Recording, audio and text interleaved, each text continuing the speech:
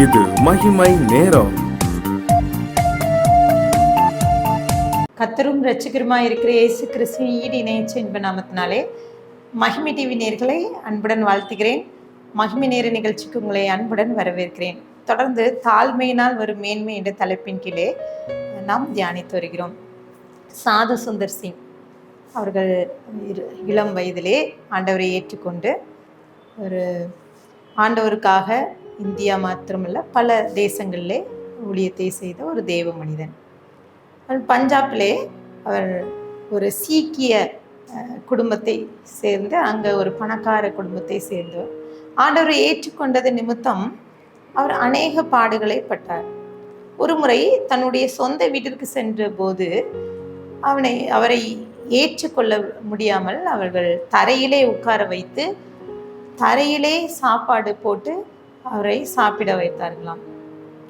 அது மாத்திரமல்ல, அவருக்கு குடிக்க தண்ணீரை கொடுக்க அதில் டம்ளரில் தண்ணீர் கொடுக்க மனதில்லாதபடி அவர்கள் கைகளை குவித்து வைத்து அதிலே தண்ணி ஊற்றினார்களாம். அப்போது தன்னுடைய சொந்த வீட்டிலே அவர் புறக்கணிக்கப்படுகிறது நினைத்து அவர் வருந்தாதபடி தன்னை தாழ்த்தினாராம். அதே சமயம் அவர் கேரளாவிலே ஒரு மிகப்பெரிய கன்வென்ஷன் கூட்டத்துக்கு சென்றபோது அவர் அந்த கன்வென்ஷன் கூட்டம் முடிந்து உணவு நேரத்துக்காக கீழே உட்கார்ந்து சாப்பிட்ற மக்களோடு உட்கார்ந்த போது அங்கே இருந்த பெரிய பெரிய பணக்கார மனிதர்கள் வந்து சாது சுந்தர் சிங் கால்களில் விழுந்து அவர் ஆசீர்வாதம் பெற வேண்டும் என்று சொல்லி ஓடி வந்து அவரை மேன்மைப்படுத்தினார்கள். அவர் பார்த்தானா, நம்மளுடைய ஆண்டவரால் நமக்கு இவ்வளோ மேன்மை கிடைத்ததுன்னு அவர் அந்த பணக்காரரை தடுத்து நிறுத்தி விட்டாராம். இன்னும் அந்த சாது சுந்தர் சிங்குடைய வாழ்க்கையில பார்த்தீங்கன்னா, அவர் ஒரு முறை ஜப்பானுக்கு செல்கிறார். அவர் ஜப்பானுக்கு சென்றபோது அங்கே ஒரு பள்ளிக்கூடத்திலே ஆண்டவருடைய வார்த்தையை சொல்லும்படியாக அழைக்கப்படுகிறார்.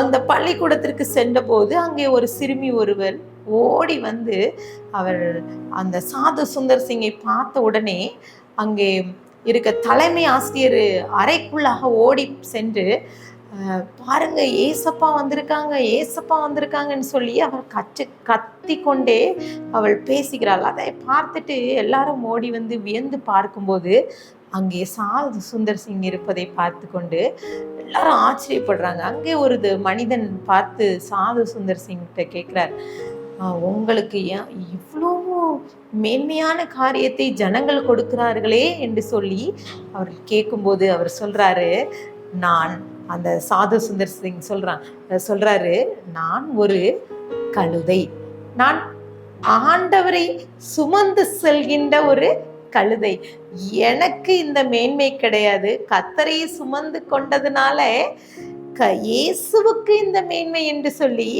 அவரை தாழ்த்தி இயேசுவை உயர்த்தினாராம். பிரியமானவர்களே, சில நேரங்கள்ல சில சமயங்கள்ல நமக்கும் கூட இப்படிப்பட்ட தாழ்மையான குணம் வந்து விடுகிறதா? சில நேரங்கள் நம்ம சில காரியங்கள், சில மனிதர்கள் நம்மை புகழும்போது நாம் அந்த புகழ்ச்சியின் உச்சகட்டத்துக்கே சென்று விடுவோம். இப்படிப்பட்ட குணங்கள் நமக்கு வேண்டும். இன்னும் பார்த்தீங்கன்னா, இந்த சாது சுந்தர் சிங் வந்து இலங்கைக்கு ஒரு முறை அவர் சென்றபோது அங்கே ஒரு பெரிய சுவர் ஒட்டி அதில் வந்து ஒட்டப்பட்டிருந்த தன்னுடைய புகைப்படத்தில் அங்கே மிகப்பெரிய பிரசங்கியார் வருகிறார், ஜெபிக்க இந்த கூட்டத்திற்கு கலந்து கொள்ளவும் என்று சொல்லி அந்த சுவர் ஒட்டியிலே போடப்பட்டிருந்தது. அதை பார்த்து அவர் நடுநடுங்கி விட்டு பயத்திலே அவர் அந்த சுவர் ஒட்டியை பார்த்து பயந்து அவர் தன்னை தாழ்த்தினதாக அவர் குறிப்பேட்டிலே குறிப்பிடுகிறார். பிரியமானவர்களே, சில நேரங்கள்ல நாம் எப்படி இருக்கிறோம்? இவ்வளோ பெரிய தேவ மனிதன் தன்னை தாழ்த்துகிறான். வேதாகமத்திலும் ஒரு மனிதன், மிகப்பெரிய ஒரு மனிதன் தன்னை தாழ்த்தும் ஒரு சம்பவத்தை பார்க்கலாம். 1 ராஜாக்கள் 3:7 இப்போதும் என் தேவனாகிய கர்த்தாவே, தேவரீர் உமது அடியேனை என் தகப்பனாகிய தாவீதின் ஸ்தானத்திலே ராஜாவாக்கினீரே, நானோ வென்றால் போக்குவரவு அறியாதவனா இருக்கிறேன்னு சொல்லிட்டு அங்க சிறு பிள்ளையா இருக்கிறேன் என்று சொல்லி அங்கே சாலமோன் ராஜா அங்கே கூறுகிறார். பாருங்க, போக்குவரவு தெரியாத ஒரு சிறு பிள்ளையா இருக்கிறேனே, பெரிய ராஜாவா உயர்த்தப்படுகிறான், தாவீதின் ஸ்தானத்துல வந்து நிற்கிறான். ஆனால் அவன் என்ன தன்னை தாழ்த்துகிறான். இந்த சாலமோன், அவனுடைய பெயருடைய அர்த்தமே அமைதி, அமைதியை தருகிறவன் என்ற அர்த்தம்.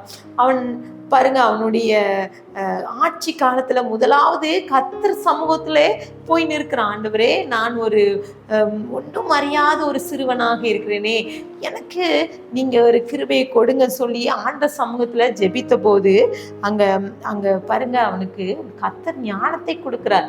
அது மாத்திரமல்ல, அவர் கேட்கிற ஆண்டவர்கிட்ட, ஆண்டவர் உனக்கு என்ன வேணும் கேளு என்று சொல்லி கேட்கிறான். ஆனா அவன், அந்த சாலமோன் ராஜா, அவர் சொல்றான், எனக்கு ஞானம் மட்டும் போதும், இந்த ஜனங்களை எப்படி நடத்தணும், வழி நடத்தணும், இந்த ஞானம் மட்டும் எனக்கு கொடுத்தா போதும் என்று சொல்றான். ஆனா வசனம் சொல்லுது பாருங்க, 1 ராஜாக்கள் 3:13, இதுவும் அன்றி நீ கேளாத ஐஸ்வர்யத்தையும் மகிமையும் உனக்கு தந்தேன், உன் நாட்களில் இருக்கிற ராஜாக்களில் ஒருவனும் உனக்கு சரியானவன் இருப்பதில்லை என்று சொல்லி அங்கே யார் சொல்றார் பாருங்க, கர்த்தர் சொல்கிறார், நீ கேளாத ஐஸ்வர்யத்தையும் உனக்கு தருகிறேன் என்று சொல்றார். அப்படி ஒரு கர்த்தர் சாலமோனை அவன் ராஜாவாக அபிஷேகம் பண்ணிக்கிறார். அது மாத்திரமல்ல, அங்கே நடந்த ஒரு சம்பவம் என்னன்னா, தாவீது அவன் ராஜாவாக இருந்தபோது அவனுக்கு ரொம்ப ஆசை என்னன்னா, எப்படியாவது ஆண்டவருக்கு ஒரு ஆலயத்தை கட்ட வேண்டும். 1 நாளாகவும் 17:3-4 நீங்க வாசித்து பார்த்தீங்கன்னா, அன்று ராத்திரியிலே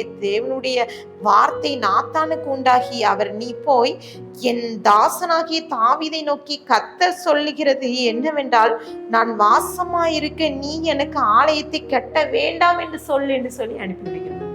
இப்போது பாருங்க, தாவீது ராஜாவுக்கு ரொம்ப ஆசை, எப்படியாவது ஆலயத்தை கட்டணும், எப்படியாவது கட்டணும்ண்டு. ஆனா அவனுக்கு புறக்கணிக்கப்படுறான். இல்ல நீ கட்ட முடியாதுன்னு சொல்லும் போது தாவீது பொறுமையோடு ஏற்றுக்கொள்றான். அங்க அவன் அந்த நாத்தான் தீர்க்கதரிசி சொன்னாலும் அவன் இல்ல நான் கட்டுவேன் என்று முயற்சி எடுக்காம பொக்கிஷங்களை சேர்த்து வைக்கிறான்.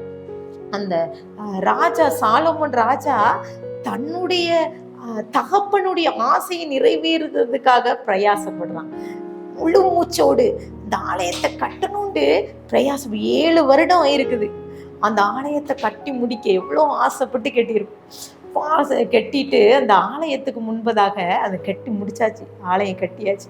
அப்போ இங்கெல்லாம் பார்த்தீங்கன்னா, சில நேரங்களில் ஒரு ஆலயத்தை கட்டிட்டோன்னா அதில் பொறுப்பாளராக இருக்கிறவங்கெல்லாம் நாங்கள் பிரித்து தான் கட்டணும், இல்லை நாங்கள் தான் இதை பண்ணணும், எங்களுக்கு இந்த இதெல்லாம் அப்படி ஒவ்வொரு காரியத்தை சொல்லுவாங்க. ஆனால் இந்த சாலமோன் என்ன செய்கிறான், தகன பலி செலுத்துறான், ஆண்டவர் சமூகத்துல தாழ்த்துறான். அவன் ஆண்டவர் சமூகத்துல அப்படி விழுந்து கிடந்து இந்த ஆலயத்துக்கு வர்றவங்க ஜெபிக்கும் போது என்னெல்லாம் நடக்கணுங்கிறத அவன் சொல்றான்.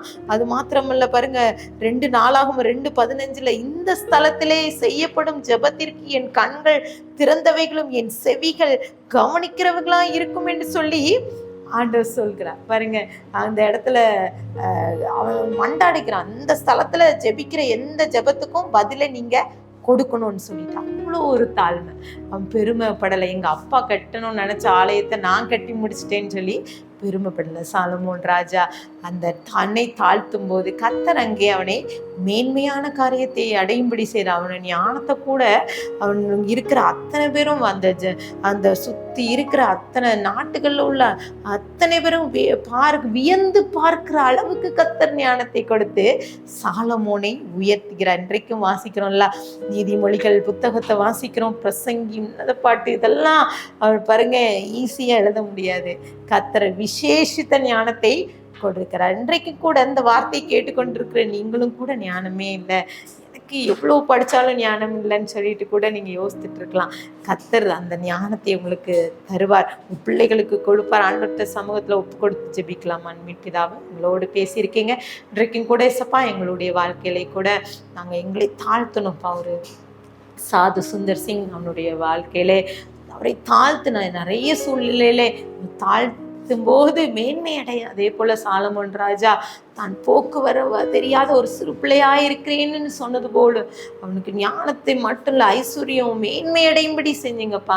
ஜெபத்தை கேட்டு விண்ணப்பத்தை கேட்டது போல இந்த வார்த்தையை கேட்டு கொண்டிருக்கிற ஒவ்வொருவரோடு நீங்க பேசுறீங்க. ஒருவன் ஞானத்தின் குறைபாடு உள்ளவனாய் இருந்தால் யாவரும் சம்பூர்ண பரிபூர்ணமாய் இருக்கிற தேவனிடத்தில் கேட்க கடவுதுன்னு சொல்லி வசனம் சொல்லுது. கர்த்தருக்கு பயப்படுதல் ஞானத்தின் ஆரம்பம் என்று வேதம் சொல்லுது. சப்பா உமக்கு பயப்படுகிற பிள்ளைகளாக நாங்கள் ஜீவிக்க முடிய ஞானத்தை நாங்கள் பெற்றுக்கொள்ள கிருபை தாங்க. துதிக்க நம்ம மகிமை மக்கள் ஏறடிக்கிறோம். மீட்பர் மூலம் கேட்கிற பிதாவே, ஆமென்.